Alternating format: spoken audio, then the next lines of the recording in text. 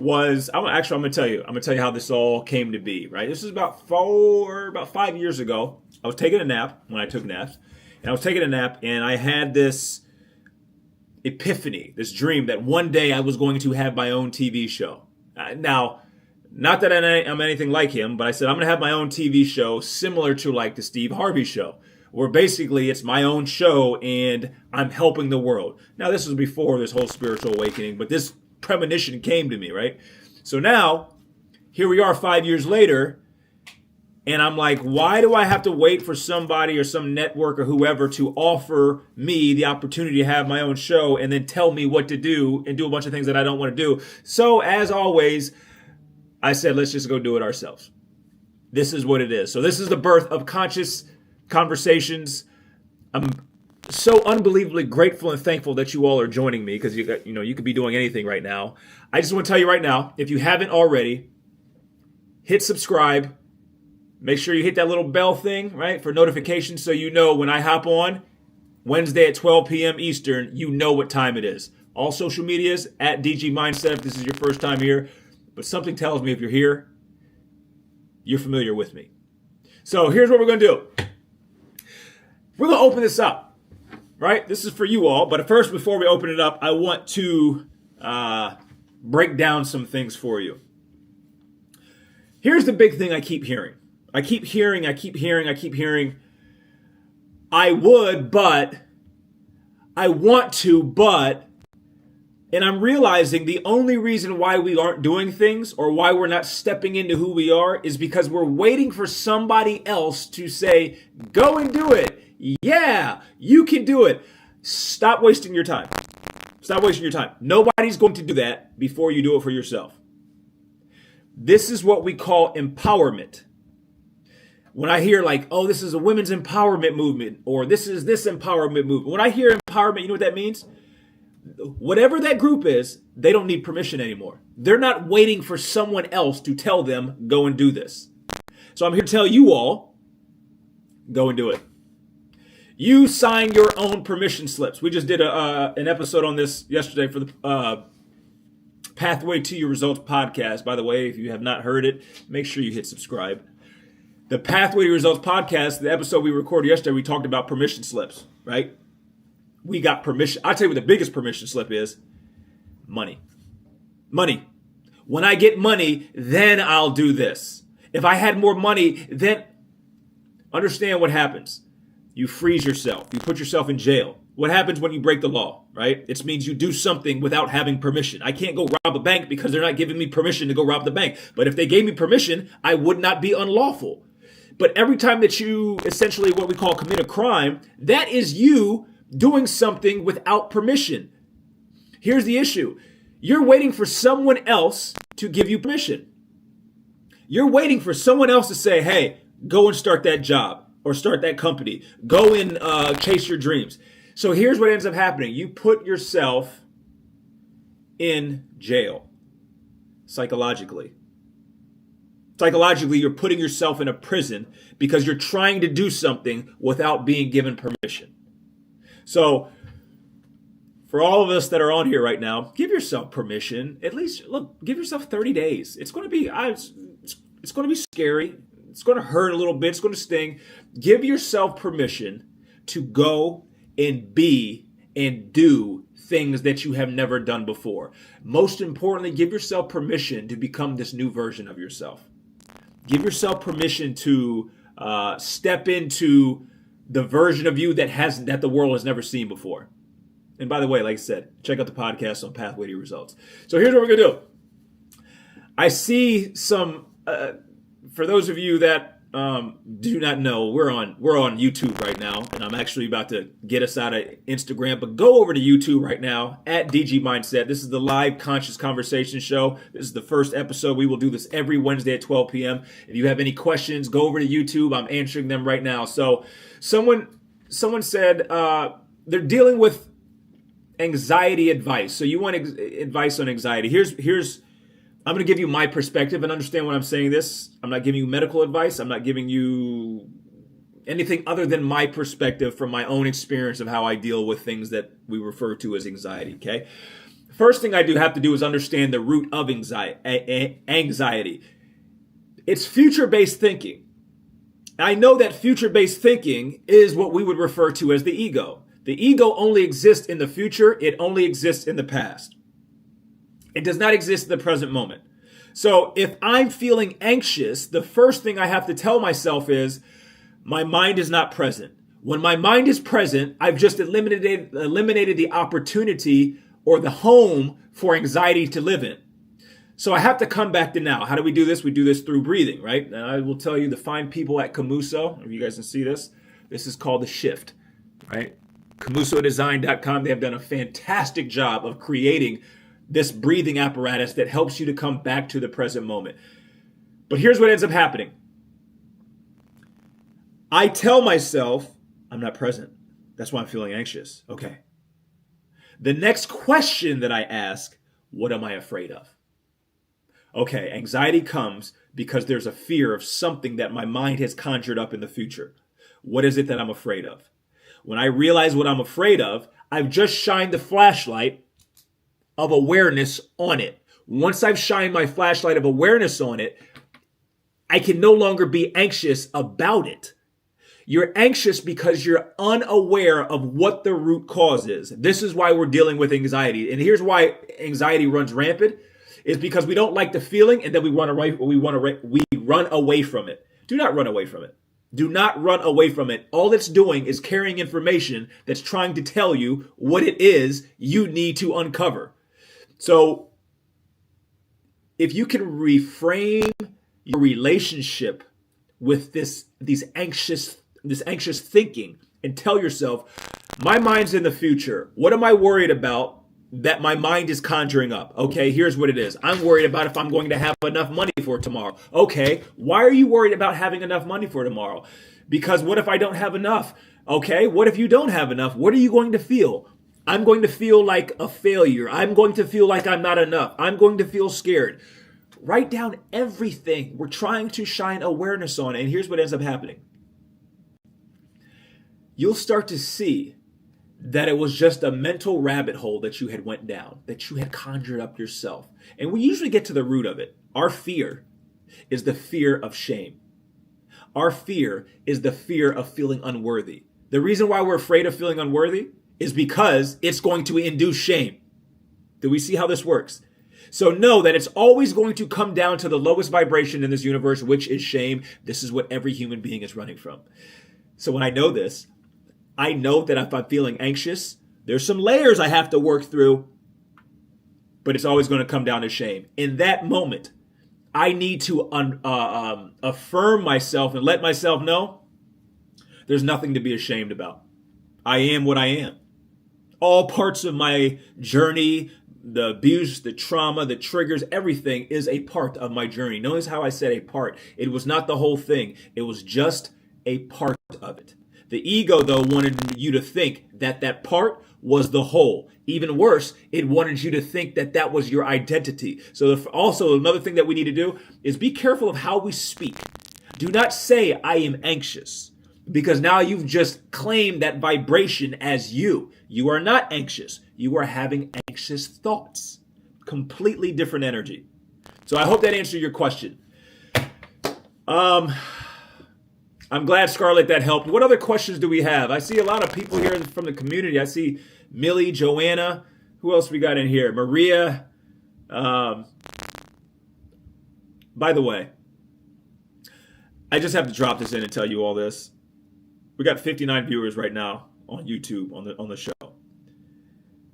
If you're on Instagram, if you're on YouTube, join the Conscious Evolution community right now.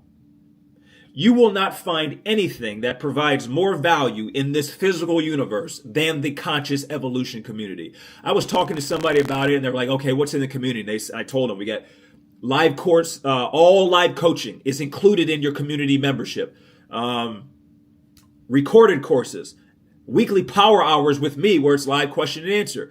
We have a Divine Masculine group for men, a Divine Feminine group for women, live call. We have Monday meditations with me, live guided meditations. And they said, how much does this cost? I said, it's $99 a year or it's $12 a month. And your first 7 days are free. And they looked at me and said, what? You get all of that for $100 a year? I said, yeah. What do you want me to say? What do you want? We're just here to provide value and help people figure out who they are. That's it. Right? That's all we're here. So get your butt in the conscious evolution community right now. I can guarantee you this, you will not be disappointed. There is a group that is waiting for you. Somebody said, how to make a decision on whether to move from one city to another. Okay? So I can never tell you what to do, obviously, but here is my thought perspective on making choices. Let's eliminate right and wrong. Okay? So that's what's causing a lot of our issues is we think that there's a right decision and there's a wrong decision. I've made a lot of wrong decisions in my life, but those wrong decisions ended up turning out to be the best things that ever happened to me. So how could this one decision be both sides of the coin? I realized that it wasn't actually the decision that was made. It was my perspective of the decision that determined what I was experiencing. So the reason why I'm telling you this, it's really important for us to understand that what decision you make is irrelevant. That really doesn't matter. What matters is your perspective along the journey to the result that you're looking for. So if I want to go to Austin or I want to go to move to LA, I will weigh the pros and the cons, right? Okay, I get this, maybe this will happen. Okay, I get to experience this. And then it's like, okay, which one am I going to learn the most? And possibly enjoy the journey of learning. So now, that one I'm going to learn a lot, but I'll probably enjoy it more. This one I'll learn a lot. Maybe I'll enjoy it a little less on the front end, at least from what I see. Let's go with that one.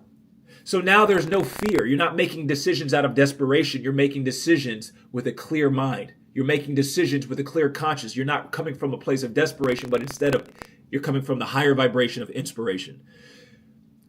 Remind yourself that there are no wrong decisions in life.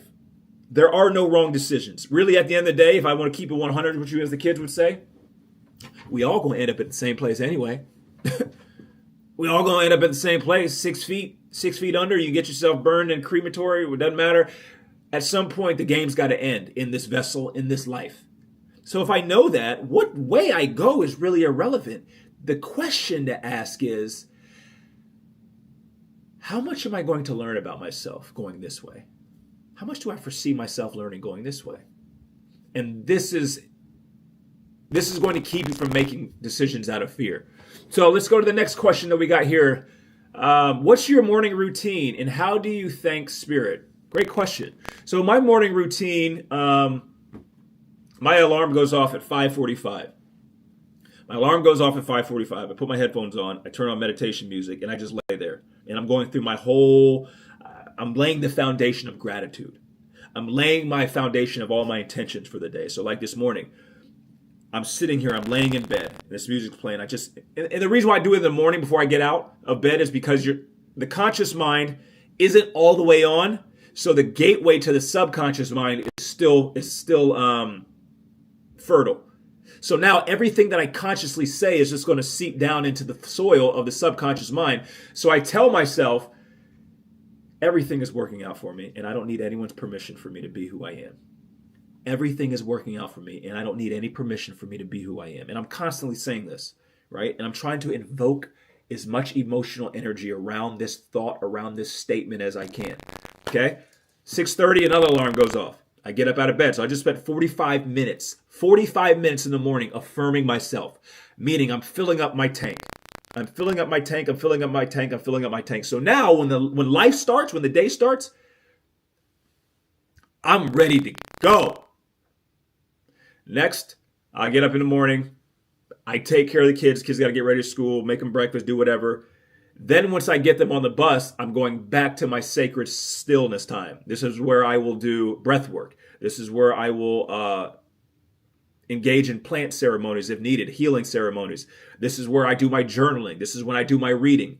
I'll go ahead and do that. When I get finished with that part, the inner part of me, now we move to the outer part of me. I'll go to the gym. Maybe I'll do pull-ups. I'll do push-ups, whatever it is for that day. I start working on the outer me.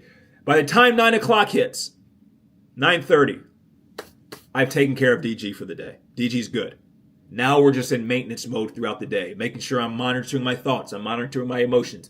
So the reason why I say this is because it's so unbelievably important that you start the day filling up your tank. I see this with a lot of moms. I got to tell my wife Carly at times, you got to make time for yourself first. What you give yourself will be what you give your children. What you give yourself will be what you give your husband. I know when the tank is running low, y'all are going to get a wrath, and this isn't what y'all want to experience. So for everybody's benefit, I have to work on me.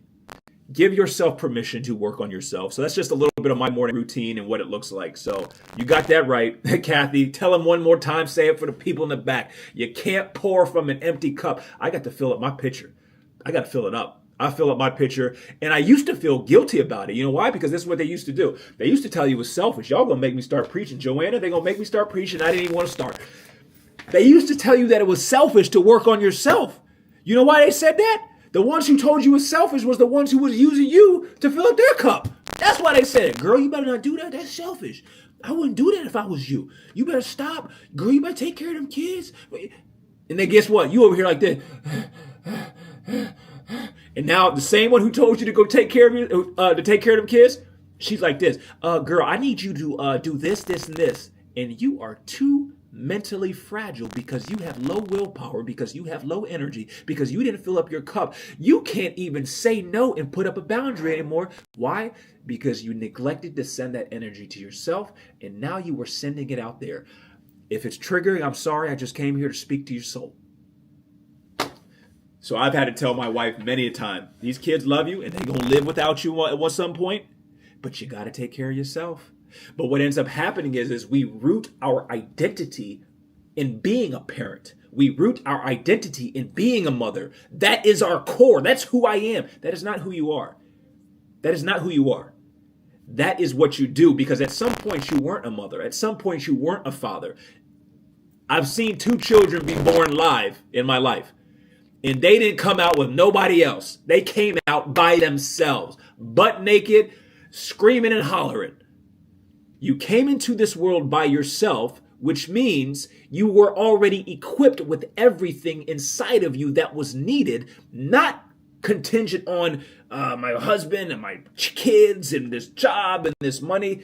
That's not the way life works. Nothing in this universe ever comes partially finished. Just because you can't see it didn't mean it wasn't done or was not completed inside of you. You had everything inside of you already. But here's the issue, and I told you this. Y'all are waiting for somebody else. Y'all are waiting for somebody else to give you permission. I'm pulling out this bag right here, right? Y'all don't know what's in this bag, but I'm going to show you what's in this bag. Okay? Stay with me now. Stay with me. Okay? I got a bag right here. And it's full of these things that we would call acorns, okay? Right? This is what we would call acorns. I actually call them oak trees, but most of us are going to call them acorns, okay? Can you all see this right here? This right here, good God Almighty, y'all about to get it right now. This right here, they're the same thing. Look, they're the same thing. We got one here, we got one here. Here's the difference. This acorn is like a lot of us. This acorn is waiting for permission to start growing and start turning into an oak tree. It needs the soil. It needs water. It needs sunlight. It needs proper cultivation in order for it to become what it's already encoded and has inside of it already. It needs permission. This one right here, which was in the same place, in the same bag, in the dark, didn't need no permission. You see how this works? Look, it even started to sprout right there. Look at that. It didn't need any permission. I just imagine what the conversation was. I imagine the conversation saying, son, I don't need soil.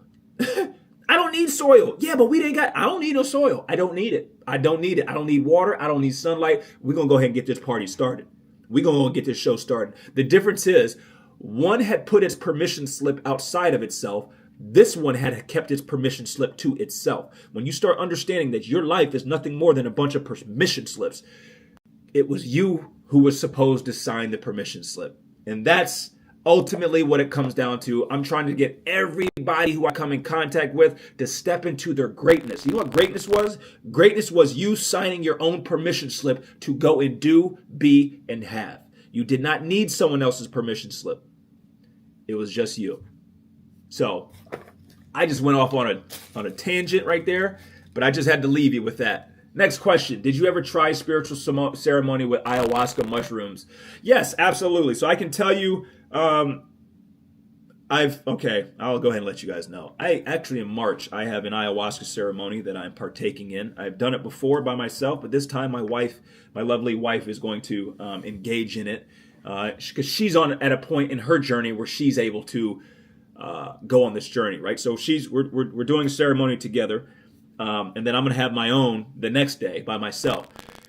Here's the thing about plant medicine, mushrooms as well. It's not the end-all be-all, okay? So I did a plant ceremony, many with mushrooms, but that's not it. I still have to do the work.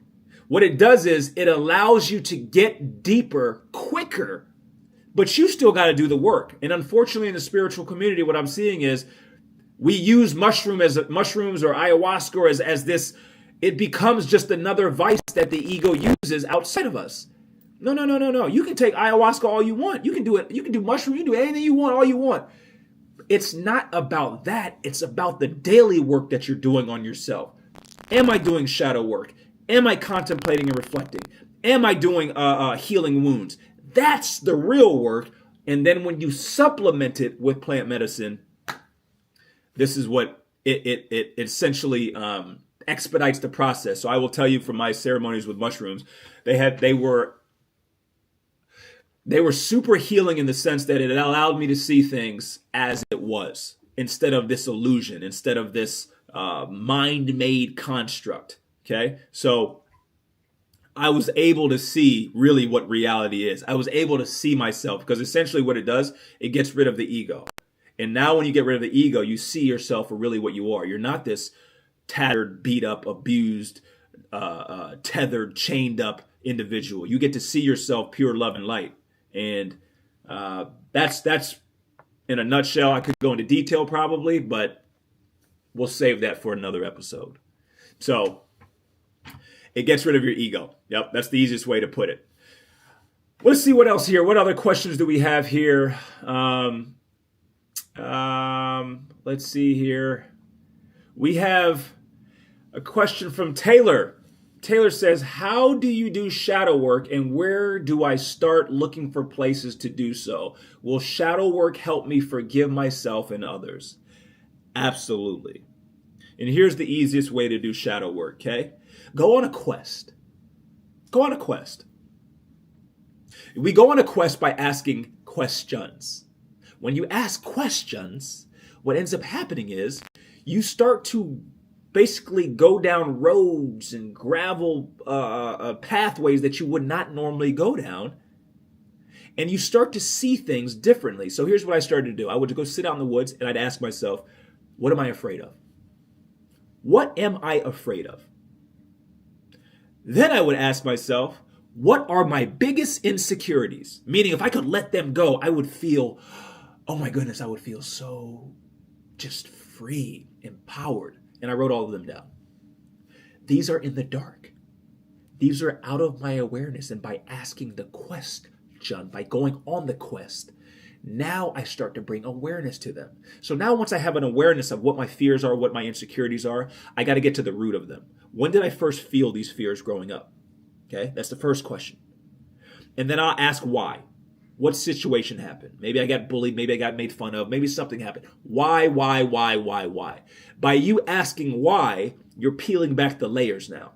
And eventually you'll get down to the first place that you can remember in this life. You'll get to the root cause. And when you get to the root cause, you will see that it was an illusion. Maybe something happened and your perspective around it formed, but that wasn't actually the situation. It was just our perspective of it. So shadow work starts with you asking the questions, the things that really we avoid, we're afraid of, right? We're scared to touch. We're scared to talk about. We're scared to actually publicly say. Go to those because those are lurking in the shadows, hence the why we call shadow work. And we know that where there's a shadow, there has to be light. Light is your true essence. There's a blockage, which is the trauma, the abuse, the limited mindset. And then behind that, that's where the shadow is. We want to start asking the questions of what is it? And this is how you start the process of shadow work. So I hope this helps you. Oh, this is great. Natasha Fowler, what a wonderful question. I contemplate this all the time. What are some techniques that you can use to increase compassion for humanity? What can we do to increase compassion for humanity? The compassion that I have for humanity will be equivalent to the compassion that I have for myself. So if you want to increase compassion for humanity, increase compassion for yourself. In order to do that, we have to see the places where we're insecure, where we're afraid of. This goes back to inner work, right? The inner child healing. Those are the parts of you that we neglect. We do not shower with compassion. We don't nurture it with compassion. The more compassionate I can be to my wounds and to myself, the more compassionate I will be to humanity. So I'll give you a perfect example of this. You will treat someone who's homeless based on your energy and your vibration and where you're at. So let's just say you've had a situation where maybe you had something stolen from you, right? Or maybe you gave a homeless person money before and they went and bought alcohol and you felt some type of way. Now, when you see a homeless person, you will not see them with compassion. You will see them based off of your past experiences. This is what ends up happening with ourselves. We can't give compassion to somebody else because we're unconsciously looking at them through our wounds. But when I heal myself, I will now see that those situations that happened to me in my life, they weren't the end all be all. They were just a part. And look at what has come from it. Look how much that I've learned. So now when I see a homeless person, I'm going to look at them with compassion and say, maybe they just haven't figured it out yet. But I remember when I was in that same place. Maybe I wasn't homeless, but I remember feeling like I was down and out. So now we can shower them with compassion because we have compassion inside of us. So ultimately, when you start to understand this, it was literally just you. It will only be you. It's about you figuring out what is shaping my perspective. It's always going to be your past experiences. Your past experiences are what's molding your perspective. Your perspective is what you call your reality. Your personal reality, your personality. It's based off of stuff that has happened in the past. So I try to make it simple for you. I'm very visual, but if you take this Russian nesting doll right here, you guys see this Russian nesting doll. This Russian nesting doll, this is what everybody's seeing right now. We're seeing this version of you in 2024, right? But what we don't realize is that there is a part of you, once you are broken, we're going to see another version of you. And maybe this version of you has wounds. This version of you is hurt. This version of you feels less than. But we know that would only happen. This is the effect of something else. And then something else happens that breaks that version of you. And then we see, oh my goodness, there was another version of you that was hurt.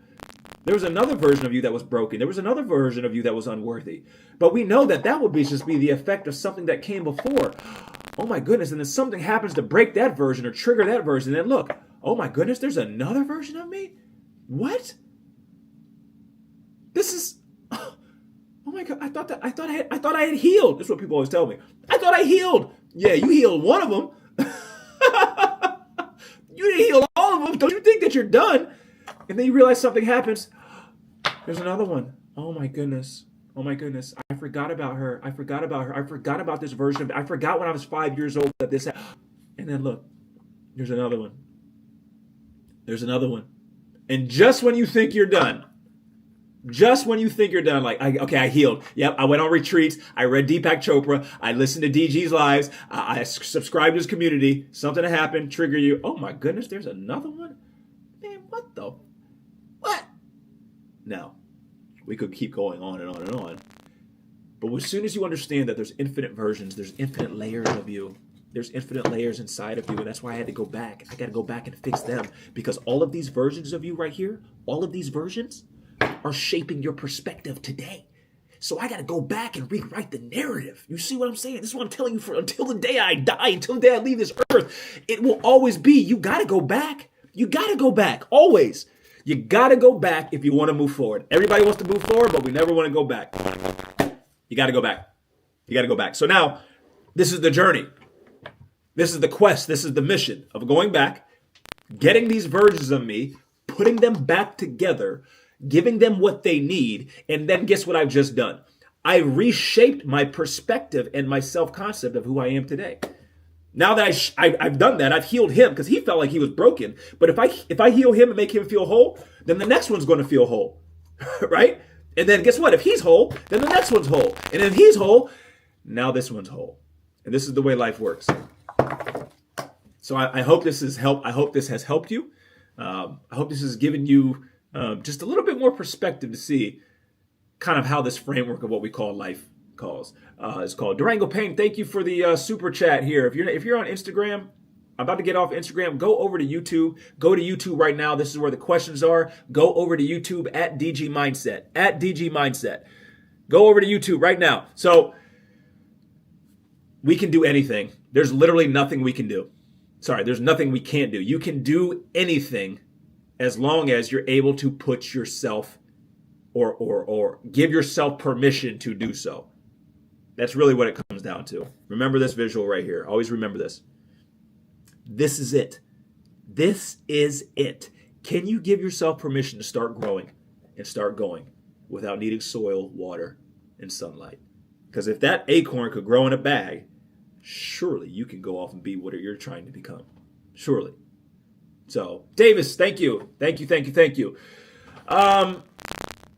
How can you tell the difference between fear of being ready to start something new and needing to do more healing or gain knowledge, tools in order to have enough to offer others in service? Okay, so you're asking me this question, Chantel. This is a great question, but this is what I would do, right? I would ask myself that question. I'm asking myself that question because here's the deal. All these versions of you that are in here, right, that I showed you, ask them. They'll answer you. They'll tell you. So you ask them, am I doing this out of fear or do I feel like, what's the reason? And then here's what we do. We open ourselves up to the infinite ways that the universe will communicate it to us. The universe will communicate it back to you through signs and synchronicities. This is where we have to become aware when this essentially presents itself. So to answer your question, you will always know if it's fear by how you feel. Fear will always create a feeling within your physical body, but fear's not bad. Fear is telling you that there's a wound. That's why fear is there. The ego creates fear to keep you from touching the wound. That's the block. Think about it. You can't move past fear. So if we have light over here, right? This is light. And then we have a blockage. That's fear. The wound is over here in the shadows. That's why shadow work is so important. So being able to go back and ask yourself, what am I afraid of and why? Why? Why is probably the most powerful three-letter word in this universe. Why? When the more whys you ask, the more awareness you will have as to why you are the way you are. This is all I started doing. I'm a Sagittarius. You all know this. So I just started asking myself, why? When you ask yourself why, you will get to the root. And when you get to the root, now we can dig up the whole tree. And once we get rid of the tree, we don't have to worry about the fruit that comes from it anymore. So I hope that helps, Chantel. I can't remember anything before the age of 5, and I feel like this might be due to trauma. How can I heal my inner child if I'm not sure what I'm healing? That's a great question. I hear this a lot. We suppress memories as a way of survival because something has happened traumatic. So we suppress it down. It does not mean that it's not there. What we need to do is move the conscious mind out of the way. So I say this because this is a lot of times where plant medicine can help. Plant medicine can help move it out of the way when sometimes we just don't have the willpower or the intention to be able to do it ourselves. But then also too, if you don't have the wherewithal or the ability to do it yourself or go to do plant medicine, it's important that you just sit here and ask yourself. I get myself into a meditative state, so I do breath work. Wim Hof method. This relaxes me, and then here's what I'll do. I'll just ask myself, what is it? What is it that I need to remember? What is it that I've forgotten? Is there anything in there? and I'm noticing how I feel. If anything pops up, and maybe I have a visual of a little boy or something happened, I realized due to the abuse of a babysitter at age 3 years old, this was plaguing me financially 40 years later. You know how? Because I didn't feel safe, just like that little boy didn't feel safe. I had forgotten this, but it was still deep down inside. So it was by me asking questions that this came up, and I was able to see, like, oh my goodness, this is linked to this. So it'll always go back to you asking questions. So, Joey Newsom, thank you for the super chat question. What is spiritual alchemy? Great question, right? We throw the word alchemy around a lot, right? So here's what alchemy is: alchemical. That means there is a process of a chemical becoming another chemical. We always hear about the philosopher's stone, right? So the ancients, right, what we refer to as alchemists, they were able to take any metal and turn it into gold. They could take lead and turn it into gold because they understood that everything was the one thing. It was about alchemically changing whatever this base metal was into gold. Spiritual alchemy is doing the same thing. We're constantly going through a spiritual transformation. There's stages of spiritual alchemy. The first one is calcination. Calcination is essentially, we're burning off the old way. Think about it. When we think something that's calcified, it's hardened. It crystallizes, it hardens so it can break. So spiritual alchemy is a series of steps, of 7 steps that allow us to transform. And here's the deal. This is where I messed up. You go through the 7 stages of calcination, dissolution. You go through all of them. I thought I was done once I hit 7. Like, okay, yep, boom, yep, I'm good. Here we are. No. It's constant. Boom, boom, boom. So these 7 stages you're constantly going through. So spiritual alchemy is nothing more than the transformation of this version of you that was lead and it turning into gold over this lifetime.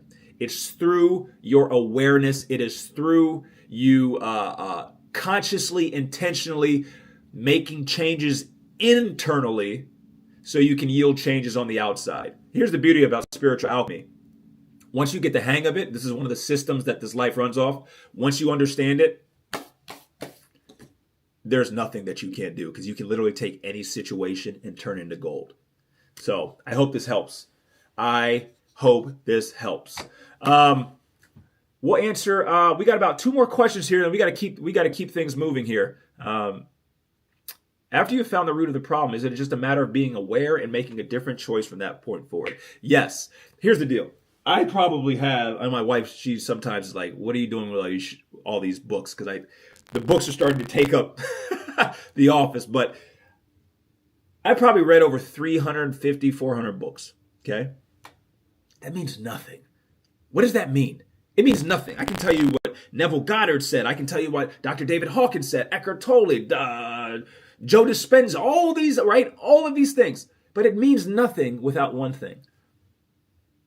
That one thing, my friends, is what we call intentionality. If you are not intentional with the information that you have, that information is null and void.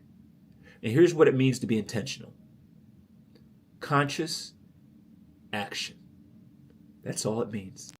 So I have this information, I have this knowledge. Now I have to consciously act upon it. Meaning, if I know I want to show compassion to the world, that first starts with me. Okay, I know that. So what do I have to do? I have to show compassion to myself. How can I do that? First thing in the morning is I have to send energy and put energy into myself. That's me being compassionate to myself. Okay, so you're taking the information you have gathered and you're consciously acting upon it. So this is the next step, Natasha Fowler. It is about you consciously taking action based off of this new perspective that you have. Because here's the deal. We all have this information. We know right from wrong, right? I know I shouldn't cuss him out. I know I'm not supposed to spit on her. I know I'm not supposed to. We know all of these things, but then we don't act upon it. The reason why we don't act upon it is because we're not as intentional as we probably should be. Intentionality, parentheses, conscious action. I have to be aware. I have to be conscious when I am taking action. And that, my friends, is how we start to integrate all of these spiritual teachings, this spiritual understanding into our life and make actual change. That's a great question, Alicia. She just asked, why am I so scared of being vulnerable with someone? The reason why you're probably so scared of being vulnerable with someone is because you probably cannot be vulnerable with yourself, because at some point along this journey that you call life, when you were vulnerable, you did not feel safe. I don't know the situation, but ultimately, if we can't feel vulnerable, we can't be ourselves, it's usually because we tried to be ourselves. Maybe you were a kid, and when you would cry, your parents would say, stop all that crying. What you crying about? I'm going to give you something to cry about. Whatever may have happened, you didn't feel like you could be yourself. This creates a wound. So now if I can't be myself, I can't be vulnerable. Vulnerability and authenticity are sisters. They go together, right? Being authentic, you can't be authentic until you are vulnerable. But if I don't feel safe, then I can't be vulnerable. Where did I feel insecure? When did I not feel safe in my childhood? Where's the first time I can remember? Go back and find that, figure out what that is, bring awareness to it, and then it will be just a little bit easier for yourself to be vulnerable. It takes time. You're not going to be like, oh yeah, well, here I am, everybody. It will be nothing like that. It's over the course of time that as you heal that wound and you give that version of you who did not feel safe, you affirm it and let it know that it's safe, what's going to end up happening is you will be able to now be vulnerable with someone else because you feel safe. That little girl, remember? This feels safe. So we'll take one more question here. Why am I so... DG, why I am feeling so happy oftentimes? That's right, Chantel, prepare yourself. I'm not sure why you're being happy sometimes. You tell us why you feel happy. I cannot say. This is your life. I don't know. Some people, happiness is always going to be the result of something. So ask yourself why. Why do I feel happy? Why? Oh, it's because of this, this, and this. So how can I improve my self-worth? Great question to end on, okay? This is how you increase your self-worth. You increase your self-worth by realizing that your worth did not go up or down. It does not fluctuate, okay? It doesn't fluctuate. It's always there. 100% of it is always there all of the time. Just because you can't see it doesn't mean it doesn't exist. And here's why you can't see it. You can't see it because maybe this version of you had a wound. Maybe this version of you didn't get the approval or the emotional validation that you needed from mom or dad growing up. So guess what? This one doesn't feel like it's enough. This one doesn't. And now because this one doesn't feel like enough, the next one that comes after that doesn't feel like it's enough. And now because the next one doesn't feel like enough, wherever it went, yeah, here we go. It then starts to create this essentially snowball effect. This is why it's so important for you to go back and find that version of you who first felt like it was unworthy. And there's infinite layers. You may find one at 7 years old. You may find one at 10 years old. You may find one at 25. Go back and find that. And then when you find that, you can heal it. And then subsequently, now when you heal that, it will take care of what's going on today. And then something else may happen and you feel unworthy. You got to go back and find, where did I feel this? Oh, I remember when I was in middle school and they bullied me on the playground and I felt. And then you'll find it, go back, reparent, nurture it with compassion, give it what it needs, tell it everything it needs to do, write it a letter. Oh, okay, I feel better. And then something else will come up. And this is essentially how we move forward. We go back, we move forward. We go back, we move forward. We go back and move forward. Speaking of moving forward, it is time to conclude this first episode of Conscious Conversations. Thank you all for the super chats. Thank you all for the questions. Thank you all for your heart. Please continue on your journey. If you're new to this, we're doing this every Wednesday at 12 p.m. Eastern here on YouTube. Follow all social media at DG Mindset. Join the Conscious Evolution community. It is literally the Netflix of personal development. You will not want to miss out for the value that you're going to get in this. We're going to start filling it up here in February. We have a lot of exciting things coming up in it, a lot of new coaching programs that will be included with your membership of $100 a year. You just tell me, when you find somebody where they do that at, you let me know, because where do they do that at? So I just want to tell you all thank you. Subscribe. YouTube, we're trying to hit 10,000 here. We got a goal here. We're trying to get to 10,000. I don't know where we're at right now, but our goal is to get to 10,000 subs on YouTube. You all are a big part of it. Thank you for the love. Thank you for the energy. For those of you that are a part of the community, I love you all. I will see you all here Friday in the Power Hour. For everybody else, welcome. Thank you for your time. Thank you for your energy. Most importantly, thank you for your heart. I will see you all on the other side. Love you guys.